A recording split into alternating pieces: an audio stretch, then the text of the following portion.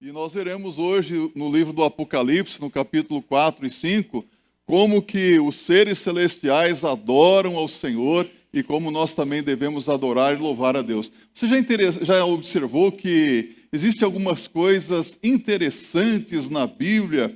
A Bíblia nos mostra que no céu tem um templo e Deus está assentado no trono, não é verdade? Onde é que Deus habita aqui nesse mundo? Onde é o templo de Deus neste mundo?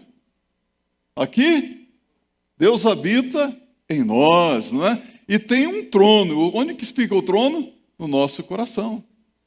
Ou eu estou no trono, ou Deus está no trono. Então hoje nós vamos ver Deus no trono. Eu quero convidar você a abrir então a sua Bíblia no livro do Apocalipse, capítulo 4 e 5. Como vocês já ficaram muito tempo em pé, podem acompanhar a leitura da Bíblia mesmo assentados como estão. Só 2 capítulos, moleza, facinho de ler, rapidinho. Olha o que diz a palavra de Deus.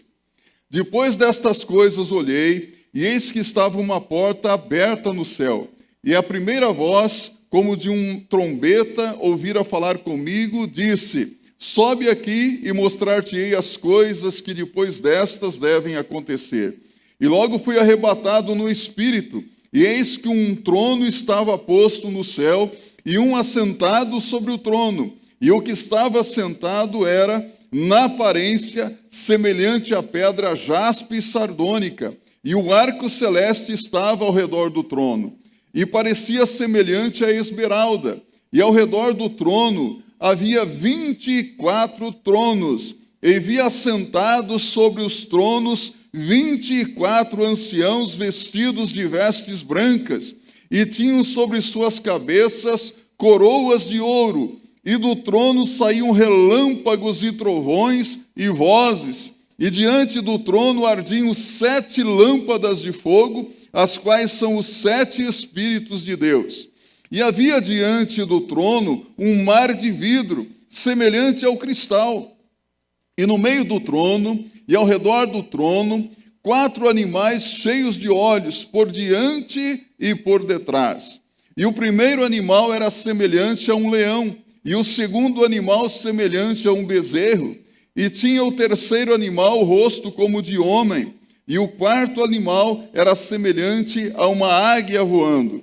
E os 4 animais tinham cada um de per si 6 asas, e ao redor e por dentro estavam cheios de olhos, e não descansam nem de dia nem de noite, dizendo: Santo, Santo, Santo é o Senhor Deus, o Todo-Poderoso, que era e que é e que há de vir. E quando os animais davam glória e honra e ações de graças ao que estava assentado sobre o trono, ao que vive para todo sempre, os 24 anciãos prostravam-se diante do que estava assentado sobre o trono e adoravam o que vive para todo sempre, e lançavam as suas coroas diante do trono, dizendo: digno és, Senhor, de receber glória e honra e poder, porque tu criaste todas as coisas e por tua vontade são e foram criadas. Capítulo 5.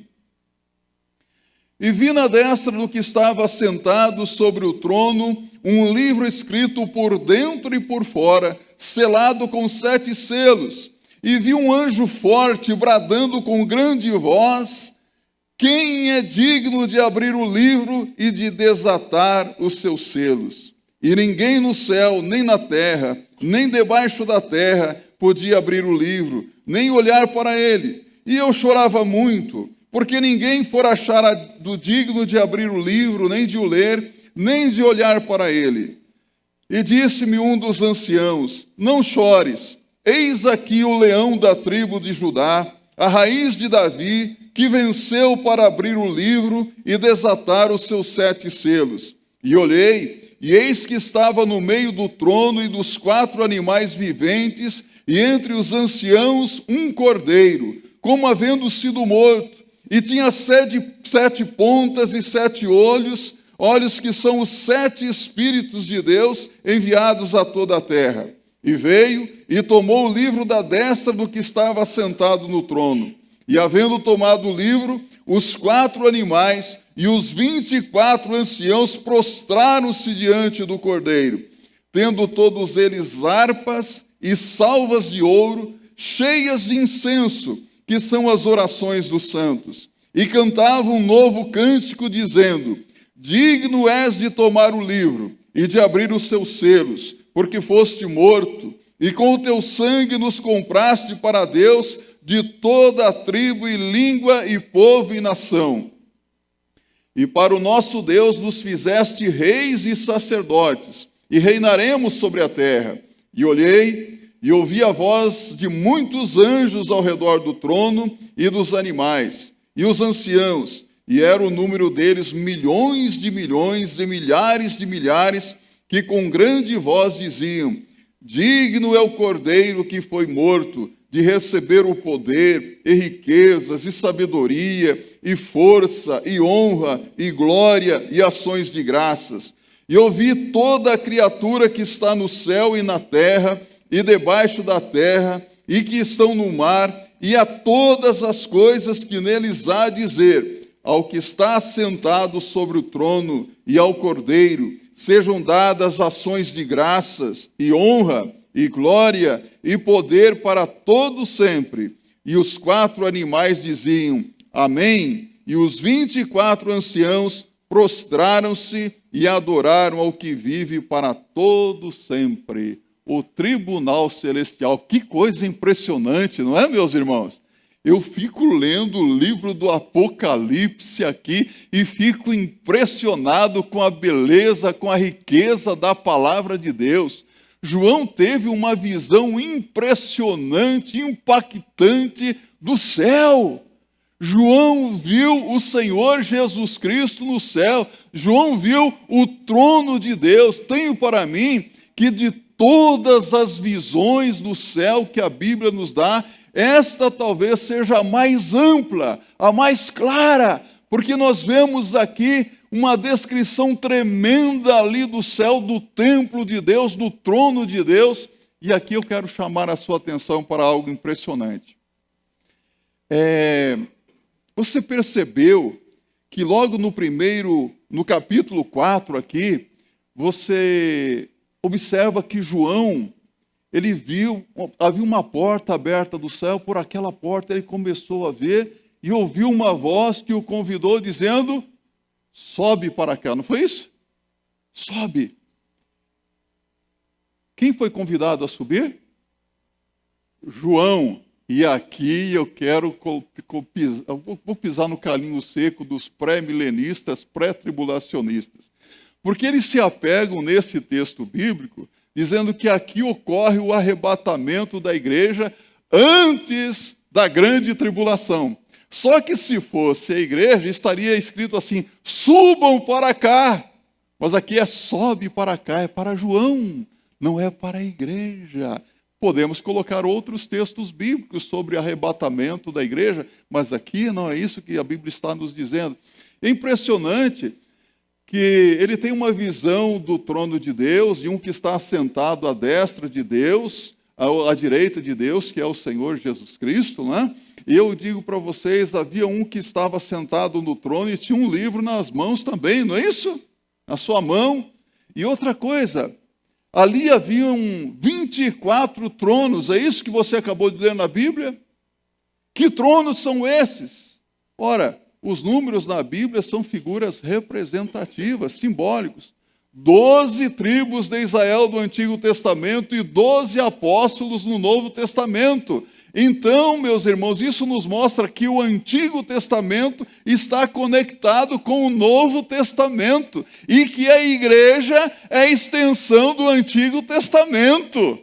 Impressionante isso, não é? 4 animais. Um tinha aparência de leão, outro de bezerro ou de boi, outro aparência de homem, rosto de homem, e outro como águia. Alguns querem interpretar dizendo que aqui simboliza os 4 evangelhos, Mateus, Marcos, Lucas e João. Irmãos, João estava em qual ilha? Ilha de Patmos, não era a ilha da fantasia. E alguns começam a fantasiar, fazer alegoria em cima do texto bíblico. Não é isso que a Bíblia está dizendo. quatro aqui, esses quatro seres vivos aqui, animais criados, são figuras representativas da criação da terra. Toda a terra em adoração ao Deus vivo, ao Cordeiro que foi morto e reviveu. Que coisa impressionante! Agora eu vou mexer com você. Deus é sábio em todas as coisas que faz. E tudo o que ele faz com extrema perfeição. Ora, hoje os cientistas chegam a dizer que tudo neste mundo tem a digital de Deus. Já ouviu isso? Tudo tem a digital de Deus. O nosso corpo é o que mesmo? Templo do Espírito Santo de Deus? Então olha aqui para mim. Quantas costelas você tem? 12 mais 12, 24? É isso mesmo? Do trono saiu o quê? Raios e trovões? O que é que sai do coração do homem?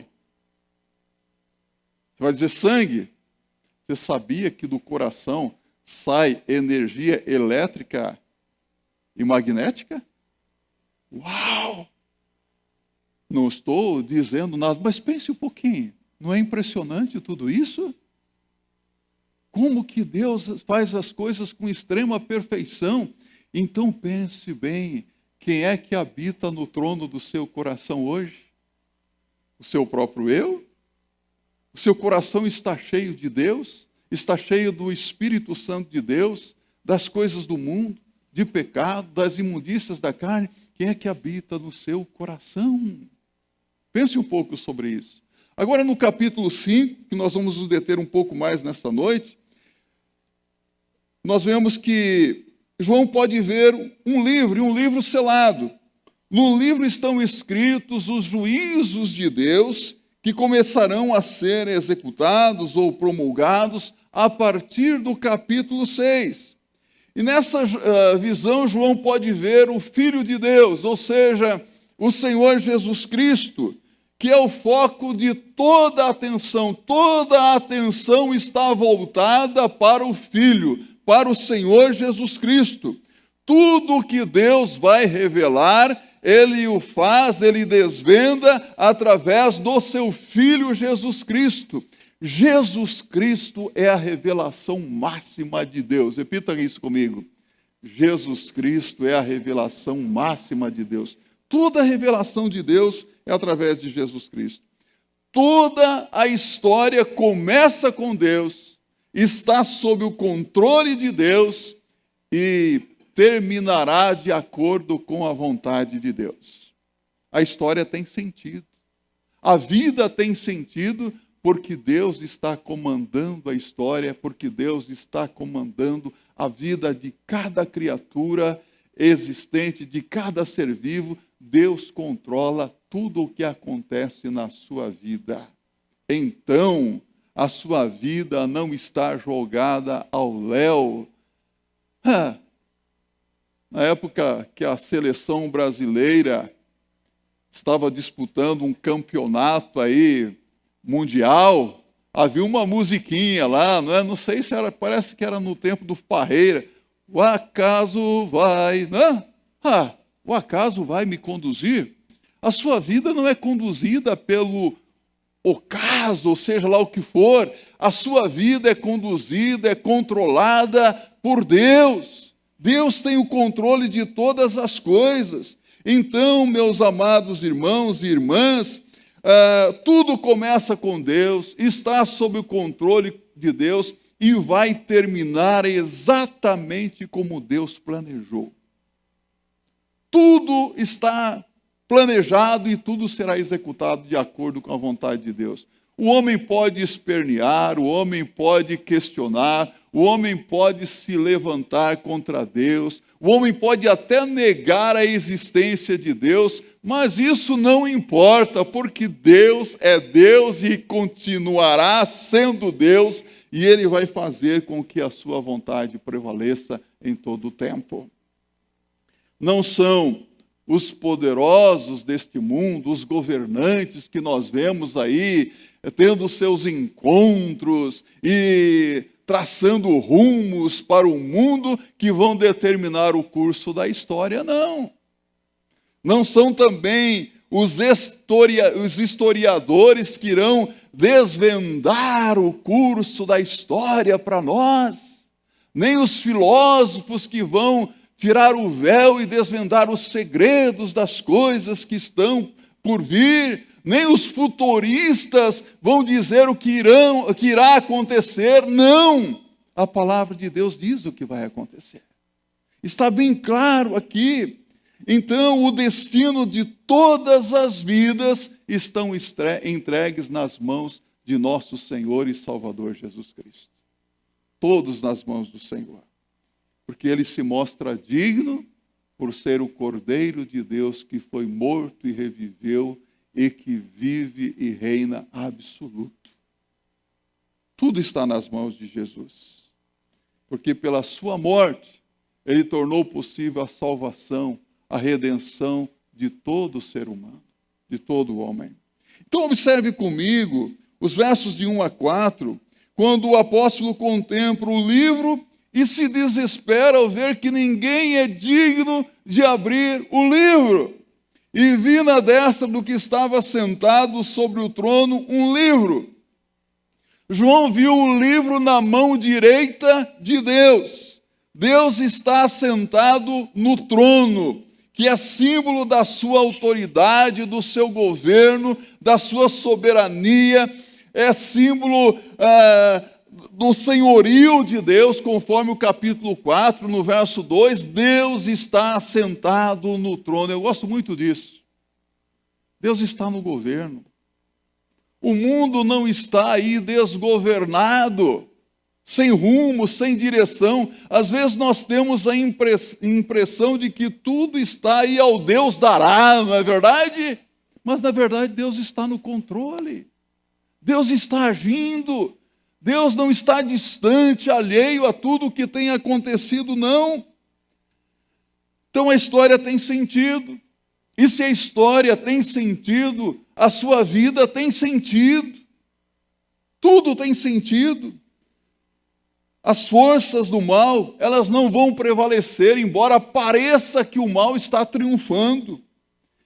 Ele reina, ele faz todas as coisas, diz a palavra de Deus, conforme o conselho da sua vontade. E ninguém se atreve a ser conselheiro de Deus. Ninguém pode dar conselhos para Deus. Ele sabe o que está fazendo. Deus tem um plano para o mundo. Deus tem um plano para cada criatura. Às vezes nós chegamos a pensar, mas Deus, o que é que vai ser daqui para frente? O Senhor realmente tem um plano para a minha vida, Senhor? Qual que é o plano que o Senhor tem para mim? Eu não sei qual é o plano que Deus tem para a sua vida, mas de uma coisa eu sei. O plano de Deus é um plano de bênção. É de bem e não de mal. Os pensamentos que Deus tem a seu respeito são bons pensamentos. Deus tem projetos maravilhosos para a sua vida. Eu não sei quais são, mas basta você estar em sintonia com a vontade de Deus e fazer aquilo que o Espírito Santo de Deus diz para você fazer, porque Deus reina e faz tudo conforme a vontade dele, não de acordo com a minha vontade, não de acordo com a sua vontade. Ele conhece, controla e dirige todas as coisas. Deus tem a história na sua mão. Então não importa o que os homens façam, não importa a fúria de Satanás, e nós percebemos que Satanás está muito furioso, não é? E se percebe isso, a fúria do inimigo agindo no mundo. A Bíblia diz que Satanás é o Deus deste século, é o príncipe deste século, mas não importa a fúria de Satanás, não importa toda a agitação que nós estamos percebendo no mundo hoje, guerras, rumores de guerras, aumento da violência. Você vê a família sendo perturbada, Você vê a família muitas vezes sendo massacrada, pais contra filhos, filhos contra os pais, ódios, desavenças, tantas coisas têm acontecido, mas eu quero dizer para você, não importa toda essa agitação do mundo, Deus está agindo. Deus está controlando tudo. É impressionante que a Bíblia diz que o livro estava escrito por dentro e também por fora. Já vi um livro escrito por dentro e por fora? Na verdade, era um rolo. E aqui não tem enrolação, não. Não tem rolo. O rolo aqui era um livro da época, feito geralmente de couro de cabra ou de cordeiro. E esse rolo estava escrito por dentro e por fora, meus irmãos. Havia ali essa mensagem. Isso indica que a revelação de Deus é completa. Tudo está traçado, escrito, determinado por Deus e nada será mudado. Nada foi esquecido, nem omitido. E eu digo para você, mais uma vez, o seu futuro está nas mãos de Deus. Às vezes vem coisas sobre a nossa vida, nós falamos, meu Deus, o que é que vai ser agora? O que será de mim? Quem poderá me ajudar, Senhor? E agora, Senhor? Às vezes vem o desemprego, não é? Vem a falta de dinheiro para honrar com os compromissos, as contas que aparecem. Você vê tanta angústia, tanta perturbação. Aí você chega a se perguntar, meu Deus, o que vai ser do amanhã? O que vai acontecer amanhã? Será que eu vou conseguir cuidar da minha família? O que vai acontecer com a minha vida? E, Senhor, se eu chegar à minha velhice, não é? A terceira idade, como é que vai ser a minha velhice? Como será o meu futuro? Vai me dizer que esses pensamentos às vezes não vêm na sua mente? Às vezes ficamos tão preocupados com o que vai acontecer, mas até onde eu vejo a Bíblia aqui, a sua vida não caminha ao léu, não, sem direção. Porque a Bíblia também diz que o livro estava selado com 7 selos, é isso? Mais uma vez, 7 é o número da perfeição, ou seja, completo, totalmente selado o livro. Cada selo era responsável por manter a inviolabilidade da parte do rolo, que teria o seu conteúdo revelado à medida que os selos fossem sendo abertos. 7, completo, perfeito, totalmente selado. A história, sem Deus, ela está selada. Sem Deus. Só Deus pode dar sentido à história, inclusive à sua vida. Só Deus. Deus, somente Deus, cantou o autor sacro, não é? Deus, somente Deus. Só Deus pode fazer isso. Os versos 3 e 4 aqui, a pergunta e a resposta indicavam que não havia nem na terra, nem no céu, nem debaixo da terra, alguém qualificado para abrir os 7 selos. Agora pense comigo, nem no céu. Vamos pensar nos personagens que hoje estão no céu.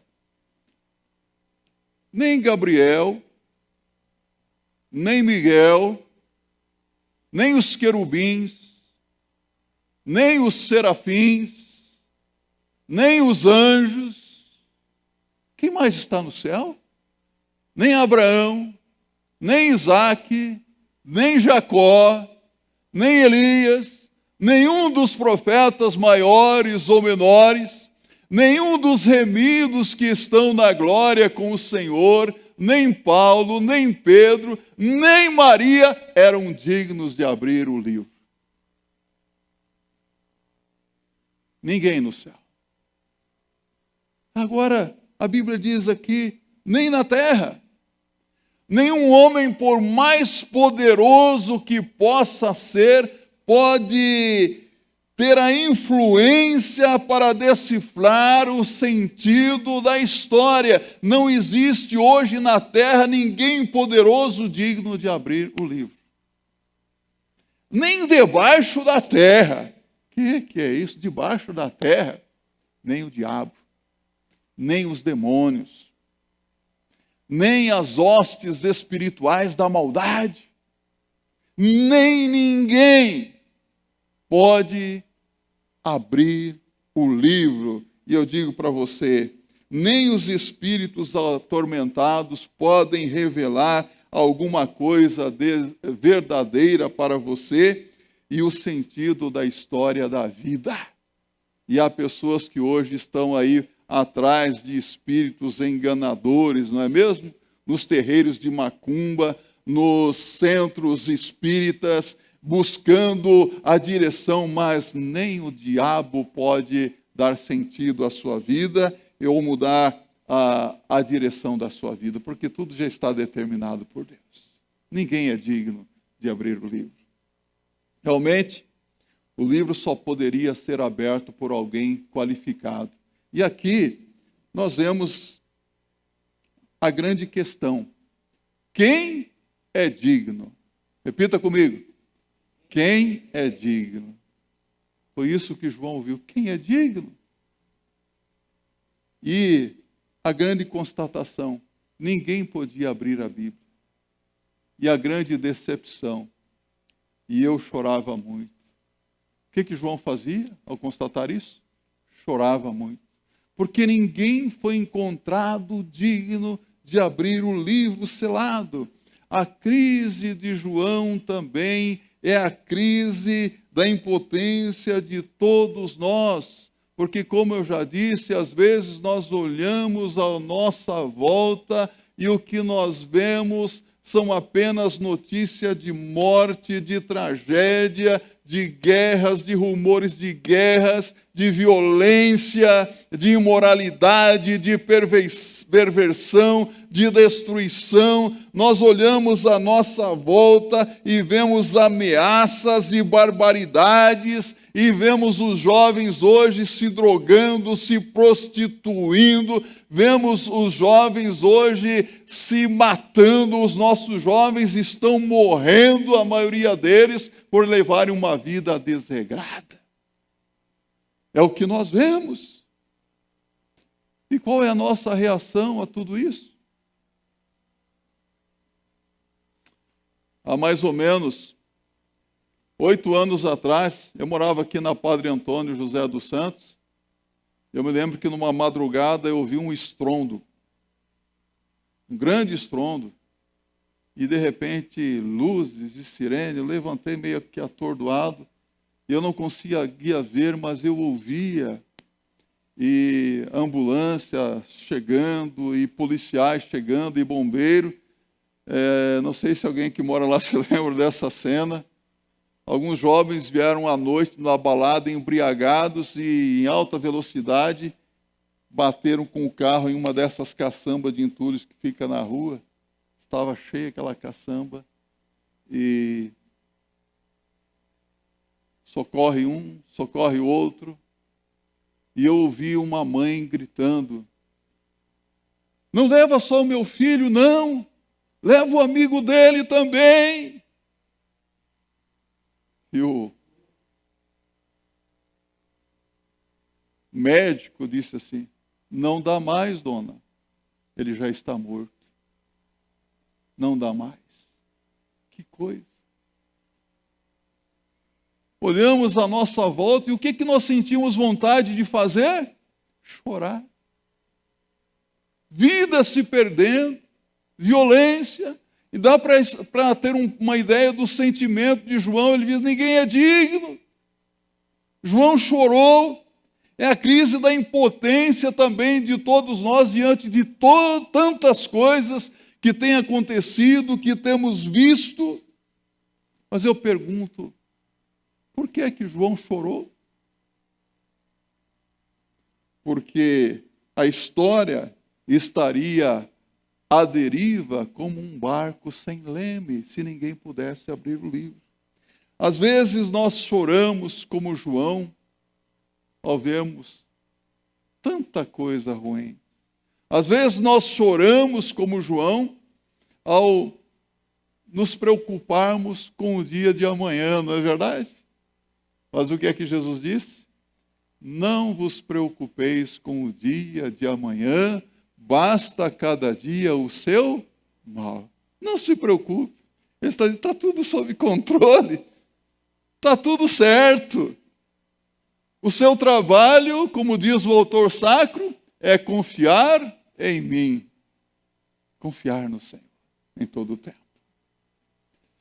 Os versos 5 a 7, nós vemos que o cordeiro aparece e toma o livro da mão direita daquele que está assentado no trono. Ele pegou o livro da mão do Pai.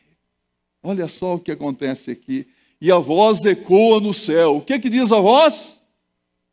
O que diz a voz? Não chores.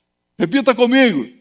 Não chores. Não é para chorar. Alguém foi achado digno de tomar o livro e de abrir os selos. Alguém tem condições de desvendar para nós o que precisamos saber. O digno procurado é o digno encontrado. Quem é o digno? O Cordeiro de Deus que foi morto e reviveu e que está ali em pé no meio do trono, ali no trono. Meus irmãos, que coisa impressionante. Há alguém capaz de dirigir a história e dar sentido à vida de qualquer pessoa. O Cordeiro é o único capaz de desvendar o conteúdo do livro pela abertura de seus selos. Há alguns pontos importantes aqui que o tornam capaz. Primeiro, a Bíblia diz no verso 5, ele venceu para abrir o livro. É isso que está aqui. Ele é o leão da tribo de Judá, a raiz de Davi. Ele venceu. O que é que ele venceu? Ele venceu o diabo. Ele venceu o mundo, ele venceu a carne, ele venceu a cruz, ele venceu o pecado. Jesus é o Cordeiro que venceu. Ele é vitorioso. Jesus só é apresentado como Messias vencedor, porque um dia ele foi o Messias sofredor. Ele só é apresentado como o leão, porque um dia ele foi o Cordeiro, meus irmãos. Olha que coisa linda aqui. O Cordeiro que foi morto, como ele tinha sido morto, a sua vitória foi conquistada na cruz. É interessante, para alguns a morte de Jesus Cristo simbolizava o fim, não é? Mas na verdade, o que parecia derrota para as forças do mal foi na verdade a vitória sobre as forças das trevas, a vitória para todo aquele que crê no Senhor Jesus Cristo. Jesus venceu na cruz. Ele está de pé. Isso aqui fala de ação, de poder. O seu lugar é no meio do trono. É símbolo de autoridade. Jesus não declarou? É-me dada toda a autoridade nos céus e na terra. Mateus 28, no verso 18. Ele é digno de desvendar o sentido da vida. Por quê? Você notou aqui que esses animais são cheios de olhos? Onisciência. Ele é onisciente. 7 chifres, porque ele é onipotente. Chifre é símbolo de poder. Ele é onisciente, ele é onipotente, ele pode todas as coisas. Então, com todas essas qualificações, Cristo é capaz, é poderoso, é idôneo para desatar os 7 selos do livro de Deus. O livro está em suas mãos e tudo está preparado. Mas observe aqui o que acontece. Os versos 8 a 14. De repente, cânticos de louvor em honra ao Cordeiro. Um grande coro aqui. O coro dos 4 seres viventes. 4 seres viventes da onde? Da terra. Toda a terra se une em adoração e louvor ao Cordeiro. O que mais? O coro dos 24 anciãos. Este louvor exalta a Cristo por sua obra de redenção em favor do homem. Então, neste louvor, há uma profunda reverência, porque eles prostram-se diante do Cordeiro. E há o uso de harpas. Eu acho que é daqui que veio a ideia de que lá no céu nós iremos tocar harpas, não é? Não, olha aqui, há o uso de harpas. E as orações dos santos são apresentadas a Deus em uma taça. Você orou aqui nesta noite? Olha o que acontece aqui. As orações dos santos são apresentadas diante do trono de Deus em salvas de ouro, em taças de ouro.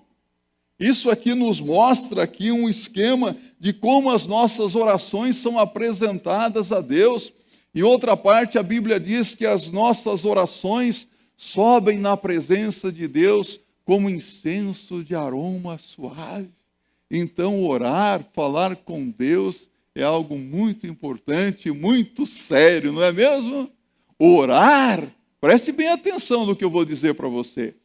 Orar, falar com Deus, é falar com aquele que tem o livro da história em suas mãos. E se ele tem o livro da história nas suas mãos, ele tem o controle de tudo. Então, nenhum problema, por maior que seja na sua vida, é maior do que o poder de Deus. Por isso que Jesus disse: tudo quanto pedirdes ao Pai em meu nome, Ele vô-lo concederá. Mas é preciso pedir em nome de Jesus. As orações têm muito poder, meus irmãos. Às vezes as coisas estão difíceis demais e nós falamos, não tem mais jeito, não tem solução. Então o jeito é orar. É preciso fazer as coisas do jeito de Deus. Às vezes nós ficamos nos dobrando, nos desdobrando de um lado e do outro, tentando mudar as coisas, mudar a situação, as circunstâncias, e o que nós fazemos é ficar cheios de preocupação e de ansiedade.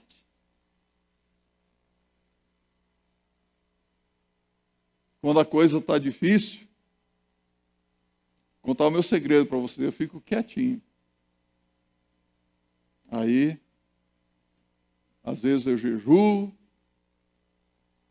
e eu gasto tempo em oração na presença de Deus. Levanto de madrugada para orar. E é tão bom orar de madrugada, não é? Levantando de madrugada, às vezes eu fico olhando para essa cidade de São Paulo à noite, aquela escuridão, aquele breu, aquela neblina, até parece uma nuvem escura sobre a cidade. Eu fico olhando, às vezes, para os condomínios, uma janelinha que está acesa, eu não sei o que é, eu fico orando, Senhor, tenha misericórdia dessa vida, não sei o que está acontecendo. Eu oro por mim, eu oro pela minha igreja, eu oro pelas pessoas, porque eu sei que Deus pode mudar as coisas. E como Deus muda? Tem tido essa experiência na sua vida? Então esse é o Deus que é o nosso Senhor, que merece a nossa adoração, o nosso louvor. É o Deus que tem o livro da história nas mãos. E o que me chama a atenção aqui também é o teor do cântico. Ele exalta a Cristo em razão de seu sacrifício em favor do homem, porque Cristo nos comprou com o seu precioso sangue, não foi isso? Paulo diz isso em Atos 20, verso 28. A redenção do homem custou o derramamento do sangue de Jesus Cristo, e ele nos trouxe uma nova posição diante de Deus. Olha o verso 11 e 12. O coro dos anjos ao redor do trono. Esse louvor dignifica a posição de Cristo após a sua humilhação. O Cordeiro é digno de receber toda a honra, todo louvor, toda a glória, toda a honra e poder, porque ele realizou a maior obra descrita na história humana. As criaturas, aqui, versos 13 e 14, não somente os seres celestiais, não somente os anjos, mas toda a criatura tem o dever de adorar e glorificar a Cristo. Por fim, você nota que, de repente, serena aquele estrondo do coro universal, e você ouve uma voz muito forte, e essa voz vem dos 4 seres viventes, e eles dizem, amém. Você pode imaginar isso? Há um silêncio aqui, segue-se um silêncio, e os anciãos, a igreja se prostra e adora aquele que é digno de adoração, de honra e de poder. É assim a música do céu, meus irmãos. A música do céu é impactante, ela é cheia de entusiasmo, mas produz um profundo anseio também de nos prostrarmos na presença de Deus em adoração. Se você canta, se você louva ao Senhor, e você não sente o desejo de se prostrar diante dele em adoração, é porque alguma coisa está errada. Está errada na sua vida. Ninguém pode contemplar o Senhor na sua beleza sem se prostrar, sem ser reverente diante dele. Quem é o Cordeiro? É o leão da tribo de Judá, a raiz de Davi, aquele que foi morto e que hoje está assentado à direita de Deus, numa posição de poder, para abençoar o povo de Deus, mas também para trazer juízo sobre todos os ímpios deste mundo. É isso que ele vai fazer. O que Jesus fez? Ele venceu. A quem Jesus venceu para abrir o livro e desvendar os 7 selos? O mundo, o diabo, a carne, a cruz, o pecado. Ele venceu. E por isso, ele nos faz promessas maravilhosas. Promessas de uma nova vida com ele. Jesus diz a Nicodemos em João capítulo 3, se alguém não nascer de novo, não pode entrar no reino de Deus. Necessário vos é nascer de novo. Jesus nos traz a promessa de um novo nascimento. Jesus nos traz a promessa também de filiação. João 1, verso 12. Mas a todos quantos o receberam, deu-lhes o poder de serem feitos filhos de Deus, aos que creem no seu nome. O Espírito Santo, João 14, verso 17, o outro Consolador, e a vida eterna. Na verdade vos digo, quem crê em mim tem a vida eterna. Bênçãos do Senhor. E tornar-se mais do que vencedor. Paulo diz em Romanos 8, 37, mas em todas estas coisas somos mais do que vencedores por aquele que nos amou. Se nós somos mais do que vencedores, nós somos super vencedores, super conquistadores por aquele que nos amou. O crente é vitorioso. Eu quero encerrar esta palavra nesta noite, dizendo para você, eu não sei como você entrou aqui nesta noite, se triste, ou se alegre, se derrotado ou vitorioso, mas uma coisa eu sei, Deus tem uma palavra para você. Eu quero compartilhar com você, abra a sua Bíblia, abra aí a sua Bíblia, em Isaías capítulo 45, no verso 18. Eu não sei as suas perdas, não sei as suas derrotas, os seus fracassos, não sei nada sobre você, mas eu sei que Deus tem uma palavra para você. Ele diz aqui, eu irei adiante de ti e endireitarei os caminhos tortos, quebrarei as portas de bronze e despedaçarei os ferrolhos de ferro. Isaías 45, 12. Você acredita que Jesus pode fazer isso por você? Você acredita que Jesus pode te dar a vitória? Eu quero dizer que se você ainda não é um crente, você está correndo um sério risco de julgamento. Por isso que você precisa aceitar hoje o Cordeiro de Deus que tira o pecado do mundo. João capítulo 1, verso 29. Porque um dia o Cordeiro que morreu e que reviveu trará juízo sobre todos os pecadores, sobre todos os ímpios. Então é melhor aceitar agora Jesus como o Cordeiro de Deus que tira o pecado, não é? Do que ter que enfrentá-lo naquele dia, no dia do juízo. Que assim seja, para a glória de Deus.